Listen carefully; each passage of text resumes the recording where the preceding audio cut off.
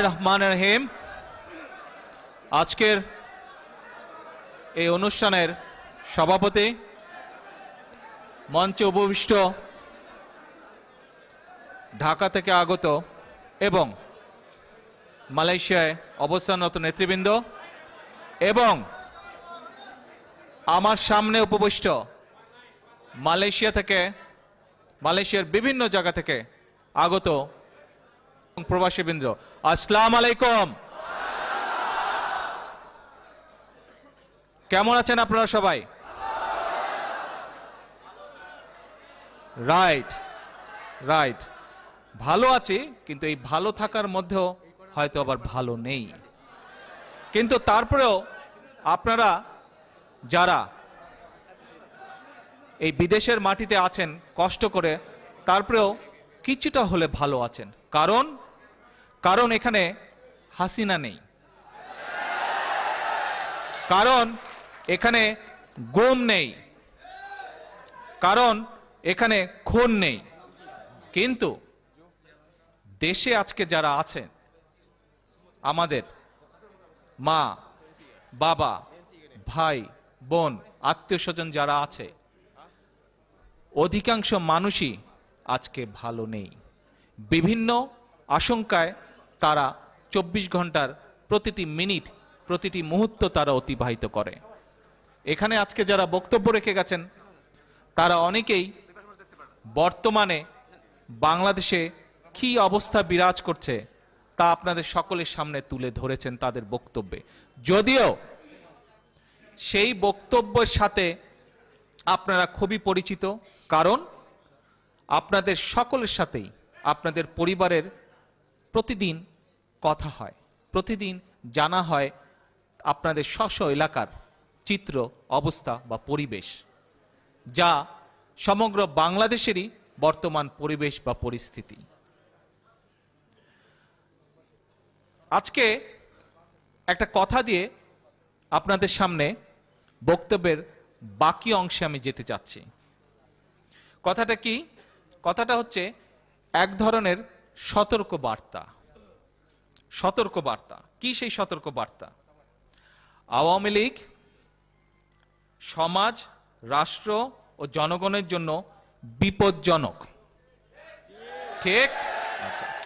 এরা দেশের শত্রু, জনগণের শত্রু, এরা আপনার শত্রু, আপনার পরিবারের শত্রু। এরা শুধু তাই নয় ভাইরা, যদি দেখেন এরা নিজেরাও নিজেদের শত্রু, এরা নিজেরাও নিজেদের শত্রু। কেমন করে? একটা পাখি আছে, পক্ষী আছে কালো রঙের, বলেন তো কি? কাক। দেশে একটা কথা প্রচলিত আছে যে কাক বলে নিজেই কাকের মাংস, অর্থাৎ আরেকজনের গোশত খায় সে। তো এখন এই যে কয়েকদিন আগে নারায়ণগঞ্জে একটা ঘটনা ঘটলো, এই যেই লোকগুলাকে মৃত পাওয়া গেল শীতলক্ষা নদীতে, যাদের লাশ ভেসে উঠল, এই লোকগুলা কাদের মানুষ ছিল ভাই? কোন দলের?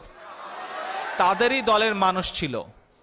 এই লোকগুলো পত্রপত্রিকায় দেখলাম, টিভিতে দেখলাম যে এই লোকগুলো যখন গায়েব হয়ে গেল, গুম হয়ে গেল, তাদের এক নেতা তাদেরই আপামনিকে বলে ফোন করে বলেছিল, সাথে সাথে 5 মিনিটের মধ্যে বলে তাদের আপামনিকে বলেছিল যে ওই লোকগুলো বলে গুম হয়ে গেছে। কিন্তু তাদের আপামনি কিছু করে নাই, কারণ ওখানে যে আরেক ভাইমনি আছে, সেই ভাইমনি সাথে নিশ্চয়ই আপামনির কোনো একটা বিষয় আছে, সেই জন্য আপামনি আর করেনি। অর্থাৎ এই আওয়ামী লীগ নিজেদের প্রয়োজনে, নিজেদের স্বার্থে হেন কোনো কাজ নেই যা তারা করতে পারে না। সেটা যদি নিজেদের প্রয়োজনে, নিজেদের স্বার্থে নিজের দলের মানুষকেও হত্যা করতে হয়, নিজের দলের মানুষকেও গুম করতে হয়, তাতেও তারা পিছু পা হয় না স্বার্থ রক্ষার জন্য। এটি তারা প্রমাণ করে দিয়েছে।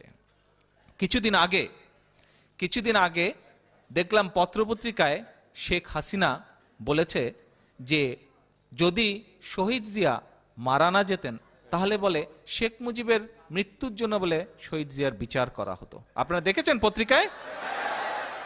তো এখন আমরা কি দেখলাম, এখানে যারা আপনারা আছেন অনেকেই হয়তো অনেক কম বয়স, অনেক তরুণ, অনেক যুবক, এখানে যারা কিছুটা মুরব্বী আছেন, আমাদের মতন বয়সে যারা আছে, আমার মতন বয়সে যারা আছে তাদের, এবং আরো মুরব্বী যারা আছেন, এখানে সবচেয়ে মুরব্বী শাহ মজ্জিম সাহেব বসে আছেন, আমাদের সকলের খেয়াল আছে, আপনারা যারা অপেক্ষাকৃত তরুণ, আপনারা হয়তো শুনেছেন বিভিন্ন জায়গায় পড়েছেন, কি সেটা 1981 সালের 30শে মে যখন শহীদ জিয়া যেদিন শহীদ হন, সেদিন পত্রিকায় একটি খবর এসেছিল যে, এখানে কুমিল্লা বাড়ি আছে কার কার ভাই, হাত তুলেন তো, গুড। কুমিল্লার একটি সীমান্ত দিয়ে শেখ হাসিনা পালিয়ে যাচ্ছিল বোরখা পরে। এখন শুধু তাই নয়, শেখ হাসিনা আসার কয়দিনের মাথায় শহীদ জিয়া শহীদ হলেন, শাহাদাত বরণ করলেন 17 দিনের মাথায়। এখন তাহলে আমরাও বলতে পারি যে তুমি আসার কয়েকদিনের মাথায় শহীদ জিয়া শাহাদাত বরণ করলেন, নিশ্চয়ই তুমি এই ষড়যন্ত্রের সাথে জড়িত ছিল। ষড়যন্ত্রে চোরের মন অলওয়েজ পুলিশ পুলিশ করে, তাই যদি না হয় বোরখা পরে পালাবে কেন সে? শেখ হাসিনাকে রিমান্ডে এনে জিজ্ঞেস করা উচিত, কি জানো তুমি শহীদ জিয়ার হত্যা সম্পর্কে? শুধু তাই নয় ভাইয়েরা, শুধু তাই নয়, কিছুদিন আগে আমরা দেখলাম যে এই অবৈধ সরকারের মন্ত্রী এবং এই অবৈধ শেখ হাসিনার চাপে কোর্ট একটি কেসের রায় দিল যে প্রত্যেকটি মানুষকে মৃত্যুদণ্ড ঘোষণা করলো। কি সেই কেসটি ছিল? কিছু সন্ত্রাসী গ্রুপ কয়েক বছর আগে যখন 2001 সালে বিএনপি তথা 4 দলীয় জোট সরকার পরিচালনা করছিল, সেই সময়ে একটি সন্ত্রাসী গ্রুপ বাংলাদেশের মাটি ব্যবহার করে কিছু অস্ত্র পাচার করছিল। বিএনপি সরকার সেই অস্ত্র উদ্ধার করেছিল। সেই অস্ত্র উদ্ধার যারা করেছিল, সরকারে নিযুক্ত ব্যক্তিবর্গ, ক্যাবিনেট দলের নিযুক্ত ব্যক্তিবর্গ যারা এই অস্ত্র উদ্ধার করেছিল, অস্ত্র উদ্ধারের জন্য তাদেরকে পুরস্কৃত না করে, বরং পুরস্কৃত তো ডেফিনেটলি আমাদের সরকার করবে, কিন্তু এই সরকার কি করলো? তাদেরকে ফাঁসি ঘোষণা করলো। এখন এই যে গত কয়েকদিন যাবত আমরা দেখছি যে সিলেটের বিভিন্ন জায়গা থেকে অস্ত্র উদ্ধার, গোলাবারুদ উদ্ধার হচ্ছে, দেখেছেন আপনারা পত্রিকায়? তাহলে এখন আমরাও বলতে পারি, যদি আমাদের আমাদের নেতৃবৃন্দ, আমাদের মন্ত্রীরা, সরকারের গুরুত্বপূর্ণ দায়িত্বরত ব্যক্তিবর্গ অস্ত্র উদ্ধারের জন্য যদি তাদেরকে ফাঁসি দেওয়া হয়, তাহলে তো একই আইনের আওতায়, একই কারণে এদেরকেও ফাঁসি দিতে হবে। শুধু তাই নয়, এই যে অবৈধ শেখ হাসিনা যখন 2008 সালে সরকার গঠন করলো, তার কয়েকদিনের মাথায়, মাত্র 1-1.5 মাসের মাথায়, ফেব্রুয়ারি মাসে, যে এই যে বিডিআরের 57 জন অফিসার মারা গেল, বিডিআরেরই ছিল, তারা সেনাবাহিনী থেকে রিক্রুটেড ছিল। বিডিআরের যে 57 জন অফিসার মারা গেল, এই 57 জন অফিসার যে মারা গেল, ডিফেন্স মিনিস্টারের দায়িত্বতে ছিল শেখ হাসিনা। তাহলে কি এই হত্যার জন্য শেখ হাসিনার ফাঁসি হওয়া উচিত নয়?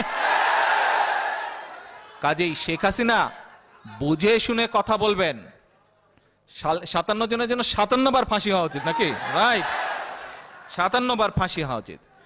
এখানে নেতৃবৃন্দরা যখন বক্তব্য দিয়ে গেছেন, এখানে কিছু অপেক্ষাকৃত তরুণ নেতৃবৃন্দ বক্তব্য দিয়েছেন, এখানে অনেক মুরব্বী নেতৃবৃন্দ বক্তব্য দিয়ে গেছেন। উভয়ের সময়কার কথা বলেছেন, তাদের সময়কার কথা বলেছেন, কিন্তু দুটোকে যদি একত্রিত করি তাহলে আমরা কি দেখতে পারবো? কেউ বলেছেন বর্তমান অবৈধ শেখ হাসিনার আমলে দেশে কি ঘটছে। আপনারা যখন দেশে কথা বলেন, আত্মীয় স্বজনের সাথে কথা বলেন, পরিবারের সাথে কথা বলেন, এমনকি পত্রপত্রিকা যখন ইন্টারনেটে প্রতিদিন দেখেন, আপনারা কি দেখতে পাই? আজ এখানে মানুষ খুন, ওই জায়গায় মানুষ গুম, ওই জায়গায় মানুষকে হত্যা করা হয়েছে, ওই জায়গায় জমি দখল করা হয়েছে, ওই জায়গায় কারো বাড়ি দখল করা হয়েছে।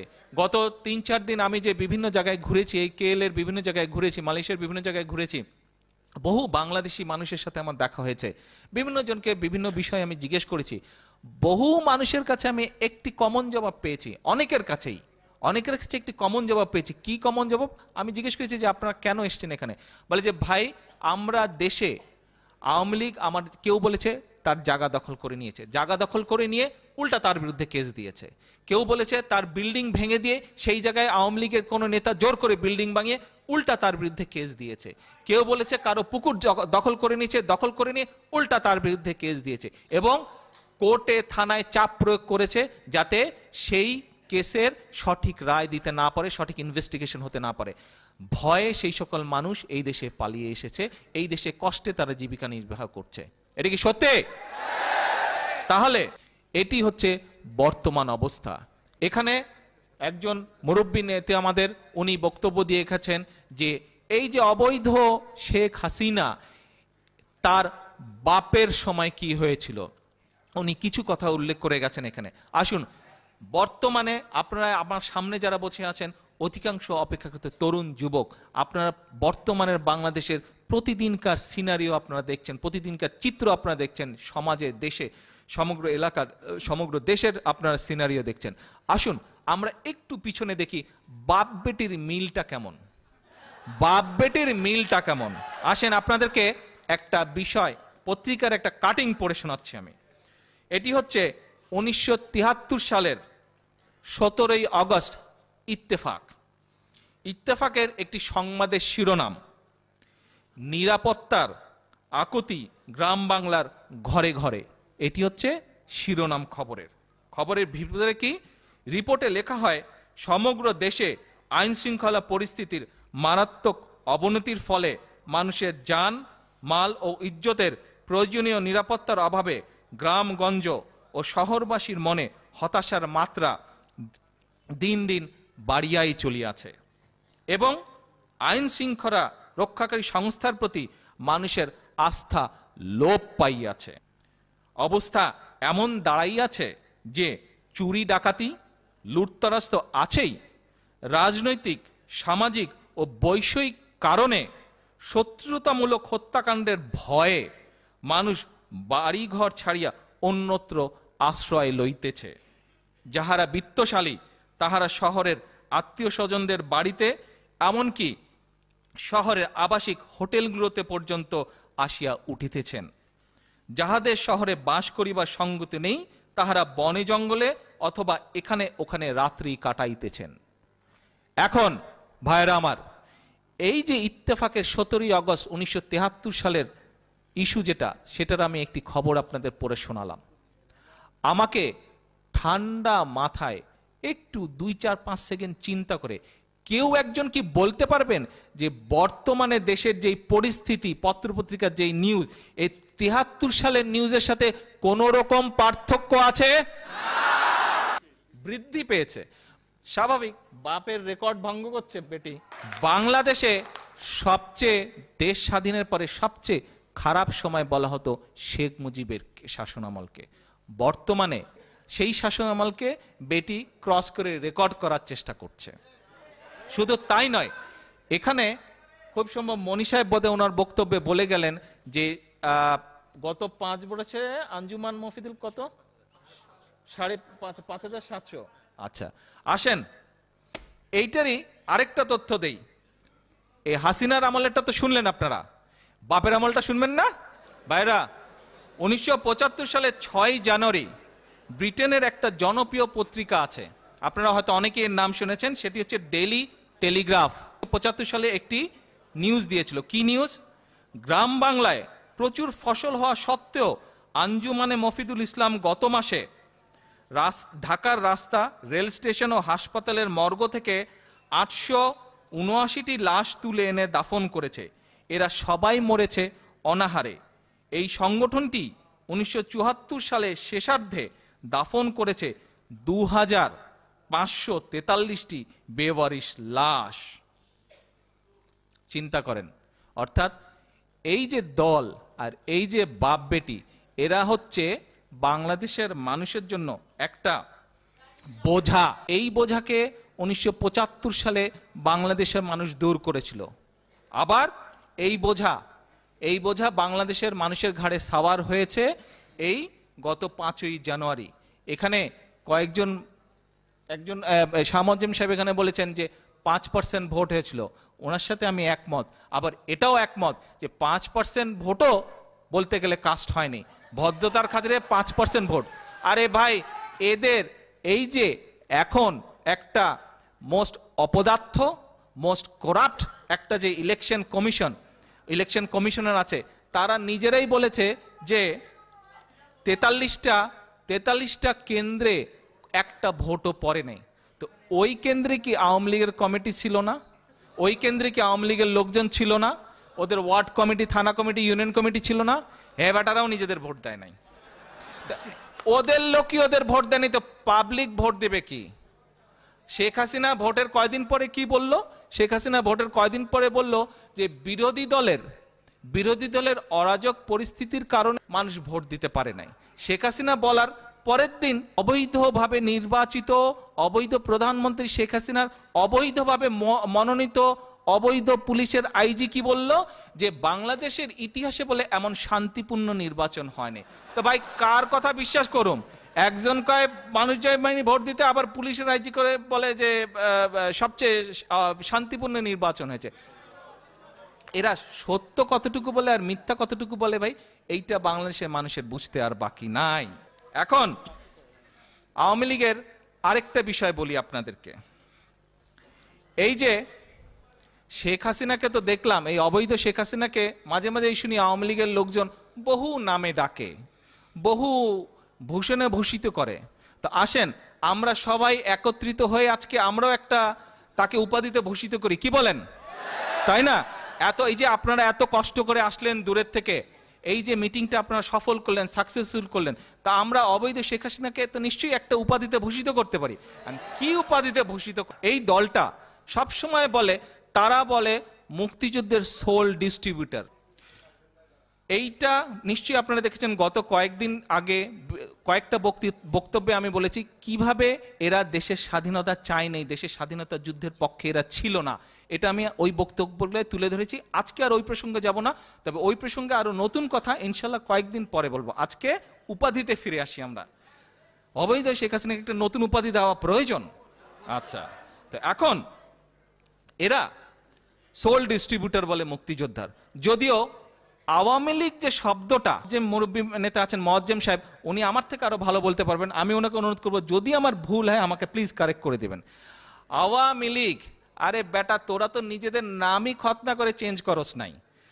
আওয়ামী লীগ শব্দটাই তো হচ্ছে উর্দু শব্দ। আওয়াম মানে জাতি, আর লীগ তো হচ্ছে ইংরেজি, দুটোই তো জগা খিচুড়ি, ওদের নামই ঠিক নাই। যারা নিজের নাম এখনো অন্য ভাষায় রেখেছে, বাংলা ভাষাতেই তাদের নাম নিয়ে আসে নাই, যাদের এগেনস্টে বলে তারা যুদ্ধ করলো, তাদের সাথেই তাদের নাম রেখে দিল, তাহলে আর তারা কেমন করে মুক্তিযুদ্ধের সপক্ষে শক্তি হলো? নামই তো তাদের বিপক্ষে শক্তির। আওয়ামী লীগ, আওয়াম মানে হচ্ছে জাতি, আর লীগ মানে তো ইংরেজি সব জাতি। তো আওয়ামী লীগ বাংলায় করলে ইনেবে হয়ে গেল জাতীয় পার্টি। যদিও দুটো একসাথেই মাসতুতো ভাই ছিল আগে থেকেই, প্রথম থেকেই আমরা দেখেছিলাম যে 82 সালে যখন এরশাদ মার্শাল করলো, হাসিনা বলে আই এম নট আনহ্যাপি। 86 সালে বললো যারা যাবে ইলেকশনে তারা জাতীয় বেঈমান, আবার 24 ঘন্টার মধ্যেই চলে গেল।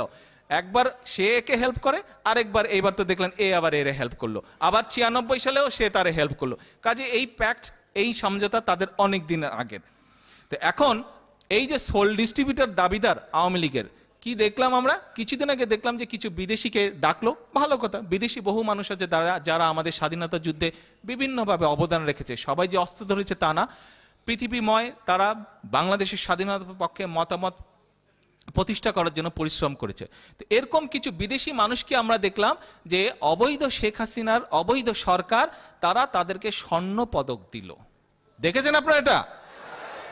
তারপরে কয়েকদিন পরে নিউজ বের হলো কি, যে সেই সকল স্বর্ণ পদক থেকে বলে সোনা চুরি করা হয়েছে। এখানে একজন বক্তা খুব সম্ভবত মনি সাহেব বলছেন না, যে শেখ মুজিব বলেছিল সবাই পায় সোনার খনি, আমি পাইছি চোরের খনি। একদম মরে গেছে শেখ মুজিব, কিন্তু কথাটা অক্ষরে অক্ষরে একদম সত্যি করে গেছে। এখন শেখ হাসিনা কি বলল? শেখ হাসিনাকে যখন জিজ্ঞেস করা হলো যে এটা কি ব্যাপার, যে এই যে বিদেশি অতিথিদেরকে আমরা সোনার পদক দিলাম, এখান থেকে সোনা চুরি হলো। শেখ হাসিনা বক্তব্য জানতে চাহলে সে বলল সবাই নাকি একটু একটু সোনা চুরি করে, তার মানে হেও চুরি করে, সবাই নাকি একটু একটু সোনা চুরি করে। এবং শুধু তাই নয়, এমনকি মায়ের স্বর্ণ নাকি স্বর্ণকার চুরি করে। তো যেই দেশের অবৈধ দখলদার প্রধানমন্ত্রী, যেই দেশের একটা দলের নেত্রী চোরকে সাপোর্ট করে, হতেই পারে, করতেই পারে, এটাই স্বাভাবিক, কারণ খনি তো চোরের, খনি তো হচ্ছে আওয়ামী লীগ তো হচ্ছে চোরের খনি। তো এখন আমরা কি শেখ হাসিনা যেভাবে সোনা চোরকে সাপোর্ট করলো, অনেক আগে একবার শুনছিলাম যে সালাউদ্দিন কাদের চৌধুরী সাহেবও এরকম কি জানি একটা বলেছিলেন, আমি আর সে প্রসঙ্গে যেতে চাই না। তো আমরা কি এখন অবৈধ শেখ হাসিনাকে কি আজকে থেকে বলতে পারি সোনা চোর হাসিনা? হ্যাঁ, কি আপনারা কি এই উপাধি দিলেন? কি উপাধি শেখ হাসিনার আজকে? আরে শুনি না তোর ভাই, জোরে বলেন। আরে শুনি না। আজকে থেকে আমরা উপাধি দিলাম শেখ হাসিনাকে সোনা চোর হাসিনা।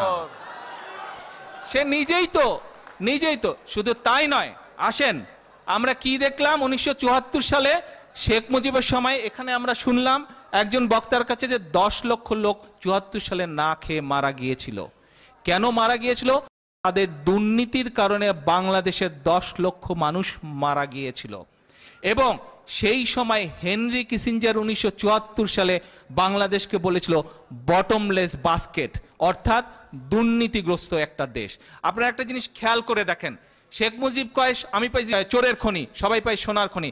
কিসিঞ্জার বলল যে বাংলাদেশ বটমলেস বাস্কেট, অর্থাৎ এত দুর্নীতি হয় যে কোনো কিছু ওখানে থাকে না। আবার আসেন, শেখ হাসিনা আসলো 96 সালে ক্ষমতায়। 2001 সালের 27শে জুন টিআইবি বলল বাংলাদেশ হচ্ছে বিশ্বের মধ্যে 1 নম্বর দুর্নীতিগ্রস্ত। টিআইবি বলল 27শে জুন, তার আগে কিন্তু 27শে জুন 2001, 96 সালে শেখ হাসিনা ক্ষমতা আসছে, অর্থাৎ 5 বছর হয়ে গেছে। 27শে জুন, আর শেখ হাসিনা কিন্তু ক্ষমতা চললো 15ই জুলাই, তারও 1-1.5 মাস পরে শেখ হাসিনা ক্ষমতা চললো। 1 নম্বর, একবার বাংলাদেশ দুর্নীতিগ্রস্ত দেশ হিসাবে বিশ্বের মানচিত্রে, কথাটা খেয়াল দিয়ে শুনবেন ভাই, আমরা একটা গৌরব করার মতন জাতি, কিন্তু আমাদেরকে হেও কিভাবে করলো শেখ হাসিনা, শেখ মুজিব এবং এই আওয়ামী লীগ কিভাবে করলো? শেখ মুজিবের সময় একবার হেনরি কিসিঞ্জার সারা বিশ্বের সামনে আমাদেরকে তুলে ধরলো বটমলেস বাস্কেট হিসেবে, অর্থাৎ দুর্নীতিগ্রস্ত দেশ।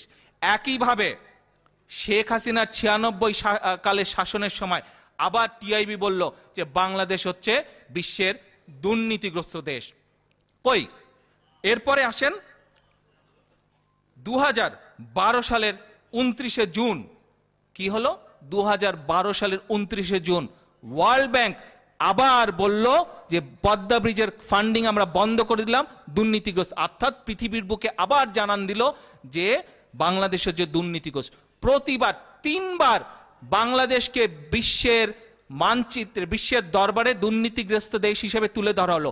প্রত্যেকবারই ক্ষমতায় হচ্ছে আওয়ামী লীগ। কোথায়? আমরা তো 91 সালে যমুনা ব্রিজ করছিলাম, 1 টাকার কথা তো কেউ বলতে পারেনি, বলতে পারছিল? যমুনা ব্রিজ যে এত বড় ব্রিজ করা হলো, কোন দুর্নীতি হচ্ছে এটা কেউ প্রমাণ দিতে পারছিল? বলতে পারছিল? বলতে পারে নাই। বিশ্বের দরবারে প্রত্যেকবার বাংলাদেশকে দুর্নীতিগ্রস্ত দেশ হিসাবে এই কারা পরিচিত করলো? কার বেটি? শেখ মুজিবের বেটি। কি তার উপাধি? সোনাচোর। কি? রাইট, সোনাচোর হাসিনা। এখন ভাইরা, শুধু তাই নয়, এরা দেশকে কিভাবে ধ্বংস করছেন আরেকটি অত্যন্ত গুরুত্বপূর্ণ কথা।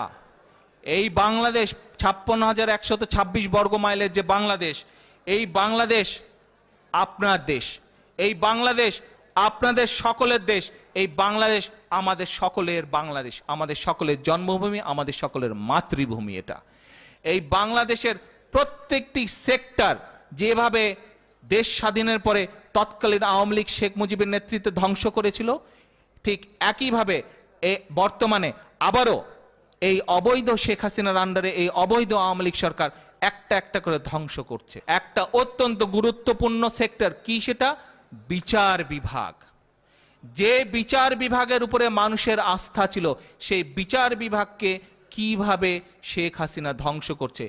কয়দিন আগে আমরা পত্রপত্রিকায় পড়লাম, সোনাচোর শেখ হাসিনা এবং তার অবৈধ এক মন্ত্রী রীতিমতন পত্রপত্রিকার মাধ্যমে রীতিমতন শাসালো বাংলাদেশের আদালতগুলিকে, যে তাদেরকে ঠিক মতন কাজ করতে হবে, অর্থাৎ তারা যা বলবে তাই শুনতে হবে। আসেন, এই কথাটা যে কত সত্য তার প্রমাণ কি? তার প্রমাণ আপনারা গত 9 মের, অনলাইন তো আপনারা পত্রপত্রিকা দেখেন, গত 9 মের আমার দেশ অনলাইন পত্রিকায় যান, গেলে আপনারা দেখতে পারবেন যে প্রেস ক্লাবে একটি অনুষ্ঠান হয়েছিল ঢাকায়। সেখানে বিচারপতি কাজী ইমদাদুল হক তার বক্তব্যে একটি কথা বলেছেন। কি কথা? কথাটি হলো, ইমদাদুল হক সাহেব বলেছিলেন, সরকারি হস্তক্ষেপের কারণে কোনো বিচার করতে পারবেন না, তাহলে বিচার বিভাগ রাখার প্রয়োজন কি? বিচারকদের প্রতি অনাস্থা থাকলে আপনি নিজেই বিচার করতে পারেন, তাদের রাখার আর প্রয়োজন কি? এই হচ্ছে বিচার বিভাগের অবস্থা। এই হচ্ছে হাসিনার, সোনাচোর হাসিনা, অবৈধ হাসিনার এই হচ্ছে দেশপ্রেম, এই হচ্ছে গণতন্ত্রের নমুনা। তারা বিচার বিভাগকে ধ্বংস করছে। কেন বিচার বিভাগকে এই জন্য তারা ধ্বংস করছে যে তারা ভালো করে জানে এই যে বাংলাদেশের জনগণ, এই জনগণ তাদের সাথে নেই। যেহেতু জনগণ তাদের সাথে নেই, তাদেরকে অস্ত্রের মুখে ক্ষমতায় থাকতে হবে, এবং অস্ত্রের মুখে ক্ষমতায় থাকতে হলে অস্ত্র দিয়ে জোর করে সবকিছু তাদেরকে আদায় করতে হবে। ভাইরা, কথায় কথায় শেখ হাসিনা বিএনপিকে বলে অবৈধ, বলে না? বলে? আচ্ছা, কি আশ্চর্য এক মানুষ, কথায় কথায় এত মিথ্যা কথা বলে। এখন আপনারা কি জানেন বাংলাদেশের ইতিহাসে 1975 সালের, ভাইরা মন দিয়ে শুনতে হবে কিন্তু, বাংলাদেশের ইতিহাসে 1975 সালের 25শে জানুয়ারি কেন কলঙ্কিত অধ্যায় বলেন তো? ইয়েস, কে বলল? প্রথম কে বলল? শাবাশ, গুড, ভেরি গুড। বাকশাল করেছিল। এই বাকশাল তৈরি করার মাধ্যমে এক দলীয় সরকার গঠন করেছিল। একদলীয় সরকার গঠন করার পরে কি হয়েছিল এখানে একজন বক্তা সংক্ষেপে বলে গেছেন। তো এখন আরেকটি বাংলাদেশের ইতিহাসে, সংবিধানের ইতিহাসে আরেকটি ডেট আপনাদেরকে আমি বলতে চাই, উল্লেখ করতে চাই আপনাদের সামনে। আপনাদেরকে বলতে হবে যে কেন সেই ডেটটি একটি স্মরণীয় ডেট, ইতিহাসে লিখে রাখার মতন ডেট। কি সেই ডেট? সেই ডেটটি জানার আগে আবার একটু পিছনে আসি। এই যে 25শে জানুয়ারি বাকশাল যখন করলো, তখন বাংলাদেশে প্রধান রাজনৈতিক দল কোনটা ছিল বলেন তো ভাই? হ্যাঁ, 75 সালে আওয়ামী লীগ।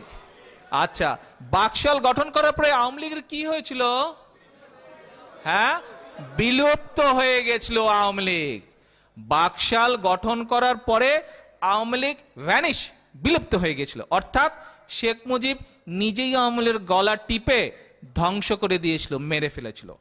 কিন্তু সেই আওয়ামী লীগকে আবার কে রাজনীতি করার সুযোগ দিল? ইয়েস, 1979 সালের 6 এপ্রিল পঞ্চম সংশোধনের মাধ্যমে শহীদ রাষ্ট্রপতি জিয়াউর রহমান, যিনি বাংলাদেশের প্রথম রাষ্ট্রপতি, যিনি বাংলাদেশের স্বাধীনতার ঘোষক, সেই শহীদ রাষ্ট্রপতি জিয়াউর রহমান বহুদলীয় গণতন্ত্রের আবার সূচনা করলেন।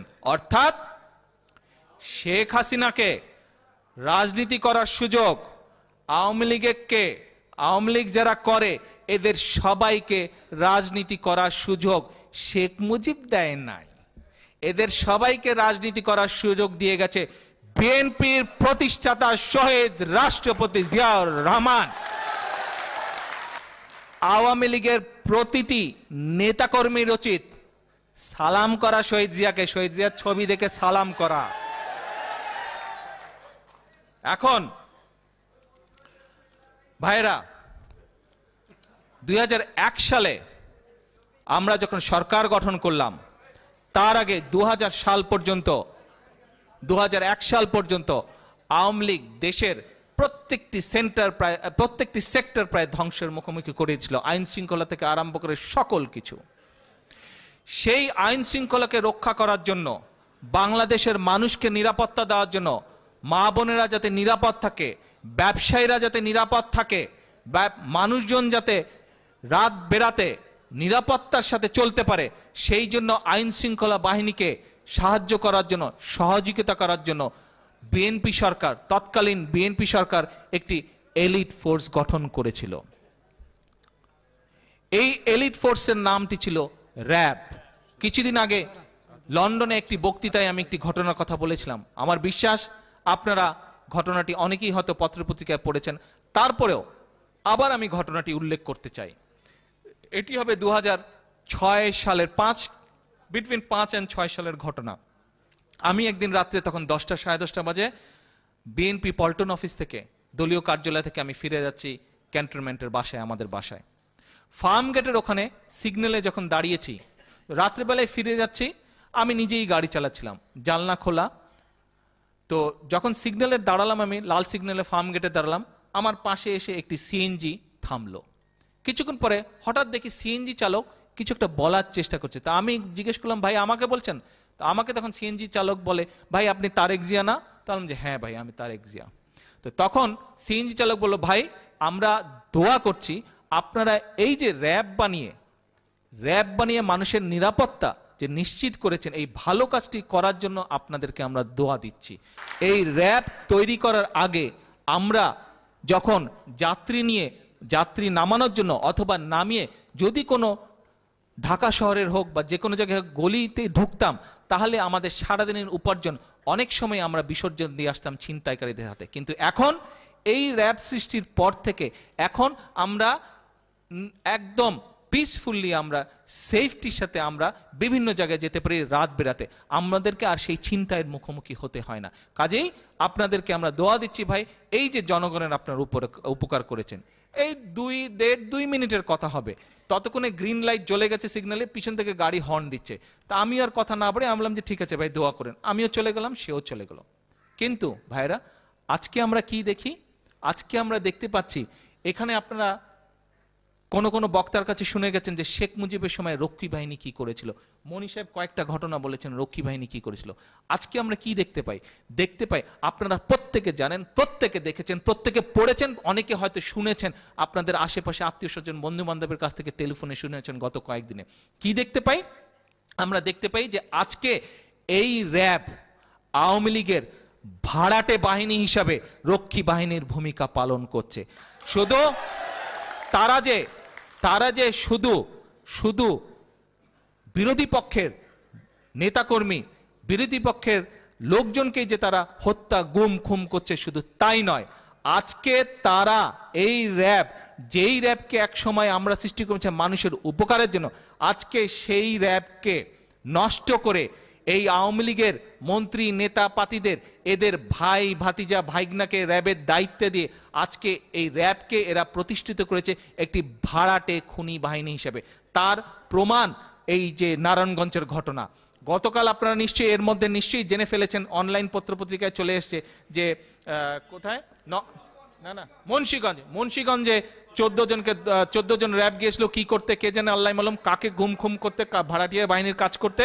সেখানে গ্রামবাসী তাদেরকে ঘেরাও করে পুলিশের হাতে দিয়েছে।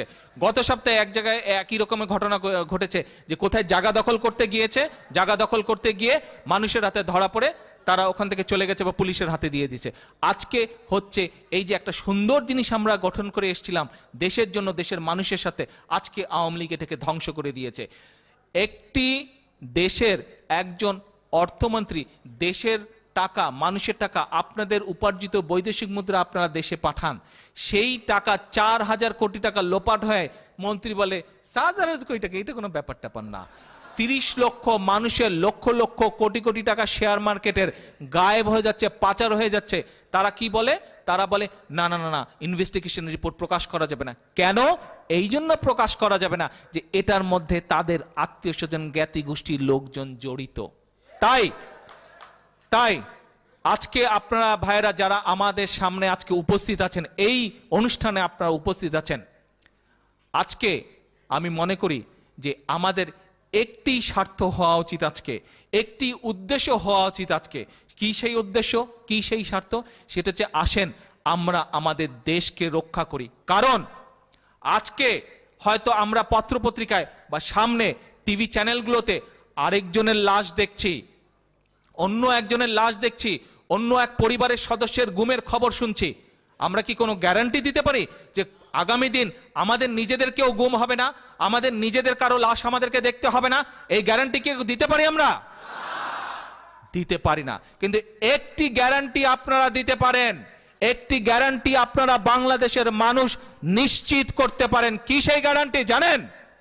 সেই গ্যারান্টি হচ্ছে যে এই স্বৈরাচারের হাত থেকে, এই সোনাচোর অবৈধ শেখ হাসিনার সরকার থেকে দেশকে রক্ষা করা, দেশের মানুষকে রক্ষা করা, দেশের সকল মানুষকে রক্ষা করা, দেশের মা বোনকে রক্ষা করা, দেশের সকল সন্তানকে রক্ষা করা, দেশের সম্পদকে রক্ষা করতে আপনারা পারেন। আপনারা কিভাবে পারেন? আপনারা পারেন ঐক্যবদ্ধ হওয়ার মাধ্যমে। আপনারা পারেন দেশে অবস্থানরত আপনাদের বন্ধু বান্ধব, আত্মীয় স্বজন, পরিবারের সকল সদস্যদেরকে ঐক্যবদ্ধ করতে। আপনারা পারেন তাদেরকে ঐক্যবদ্ধ হতে উদ্বুদ্ধ করতে হবে যে দেশীয় নেত্রী বেগম খালেদা জিয়া ইনশাআল্লাহ আবার আন্দোলনের ডাক দেবেন। বিএনপি না, আজকে আওয়ামী লীগ না, আজকে কোনো রাজনৈতিক ব্যাপার না, আজকে অস্তিত্ব রক্ষা করতে হবে দেশের, আজকে অস্তিত্ব রক্ষা করতে হবে 16-17 কোটি মানুষের, আজকে অস্তিত্ব রক্ষা করতে হবে 1971 সালে অর্জিত আমাদের স্বাধীন ভূখণ্ডের। সেই অস্তিত্ব যদি রক্ষা করতে হয় আপনাদের সকলকে প্রত্যক্ষ, যার যেভাবে সামর্থ্য, যার সামর্থ্য প্রত্যক্ষভাবে তাকে প্রত্যক্ষভাবে অংশগ্রহণ করতে হবে, যার সামর্থ্য পরোক্ষভাবে তাকে পরোক্ষভাবে অংশগ্রহণ করতে হবে। কিসে অংশগ্রহণ করতে হবে? দেশনেত্রী বেগম খালেদা জিয়া যখন আন্দোলনের ডাক দিবেন, সেই ডাকে অংশগ্রহণ করার মাধ্যমে এই সরকারকে উৎখাত করার আন্দোলনে অংশগ্রহণ করতে হবে। পারবেন? এই প্রতিজ্ঞা আপনাদেরকে নিতে হবে, এই প্রতিজ্ঞা আপনাদেরকে নিতে হবে। শুধু নিজেদেরকে নিতে হবে না, দেশে যারা রয়ে গেছে তাদেরকে আপনাদের উদ্বুদ্ধ করতে হবে। পারবেন? ইয়েস। তাহলে আসুন আজকে আমরা এই প্রতিজ্ঞা গ্রহণ করি সকলে যে আমরা আমাদের দেশকে রক্ষা করব, আমরা আমাদের দেশের সম্পদকে রক্ষা করতে হবে, আমাদের দেশে রয়ে যাওয়া পরিবার পরিজন আত্মীয় স্বজনকে রক্ষা করতে হবে, দেশের মানুষকে রক্ষা করতে হবে। এই প্রতিজ্ঞা নিতে হবে। আসুন আমরা সবাই দুহাত তুলে আজকে এই প্রতিজ্ঞা করি, যার যে অবস্থান সেই অবস্থান থেকে যখন সময় আসবে আমাদেরকে সেই আন্দোলনে ঝাঁপিয়ে পড়তে হবে। এই প্রতিজ্ঞা গ্রহণের আহ্বান জানিয়ে আজকে আমি আপনাদের সকলকে এখানে কষ্ট করে আসার জন্য, আজকের অনুষ্ঠানের আয়োজকদেরকে, অনুষ্ঠানের সভাপতিকে এই অনুষ্ঠান সফল করার জন্য ধন্যবাদ জানিয়ে আমার বক্তব্য শেষ করছি। ইনশাআল্লাহ আপনাদের সাথে আবার দেখা হবে, ইনশাআল্লাহ একটি স্বাধীন মুক্ত বাংলাদেশে। আজকে আপনারা নিশ্চয়ই দেখেছেন মঞ্চের পেছনে একটি সাইনবোর্ড, যে বোর্ডটি আছে সেখানে উল্লেখ করা আছে আজকে আপনাদের সাথে যে আমরা সকলে একসাথে মিটিং করলাম, এই মিটিং এর আরেকটি পার্ট আছে। সেই পার্টটি হলো এই যে র‍্যাব, যারা আমাদের ভাই বন্ধু বান্ধব আত্মীয় স্বজন যারা দেশের মানুষকে খুন করছে, রক্ষা করার বদলে এই র‍্যাব ডিসব্যান্ড করার জন্য আপনাদের সমর্থন দরকার। আপনাদের সমর্থন আছে? যদি সমর্থন থাকে আমি আপনাদের সকলকে অনুরোধ করব, আপনারা সুন্দর করে লাইন করে এসে এখানে ফর্মগুলো রাখা আছে, এইগুলো আমরা জমা দেব ইউনাইটেড নেশনে। এই ফর্মগুলোতে ঘর আছে, আপনারা সকলে এসে লাইন শৃঙ্খলাবদ্ধভাবে এসে প্রত্যেকের মতন করে এইখানে অংশগ্রহণ করবেন। আপনারা একটু আগে যে প্রতিজ্ঞা করেছেন, এই প্রতিজ্ঞার প্রথম পর্ব শুরু হবে এই ফর্মে স্বাক্ষর করার মাধ্যমে। আনুষ্ঠানিকভাবে আমি এই ফর্মের স্বাক্ষর উদ্বোধন ঘোষণা করছি।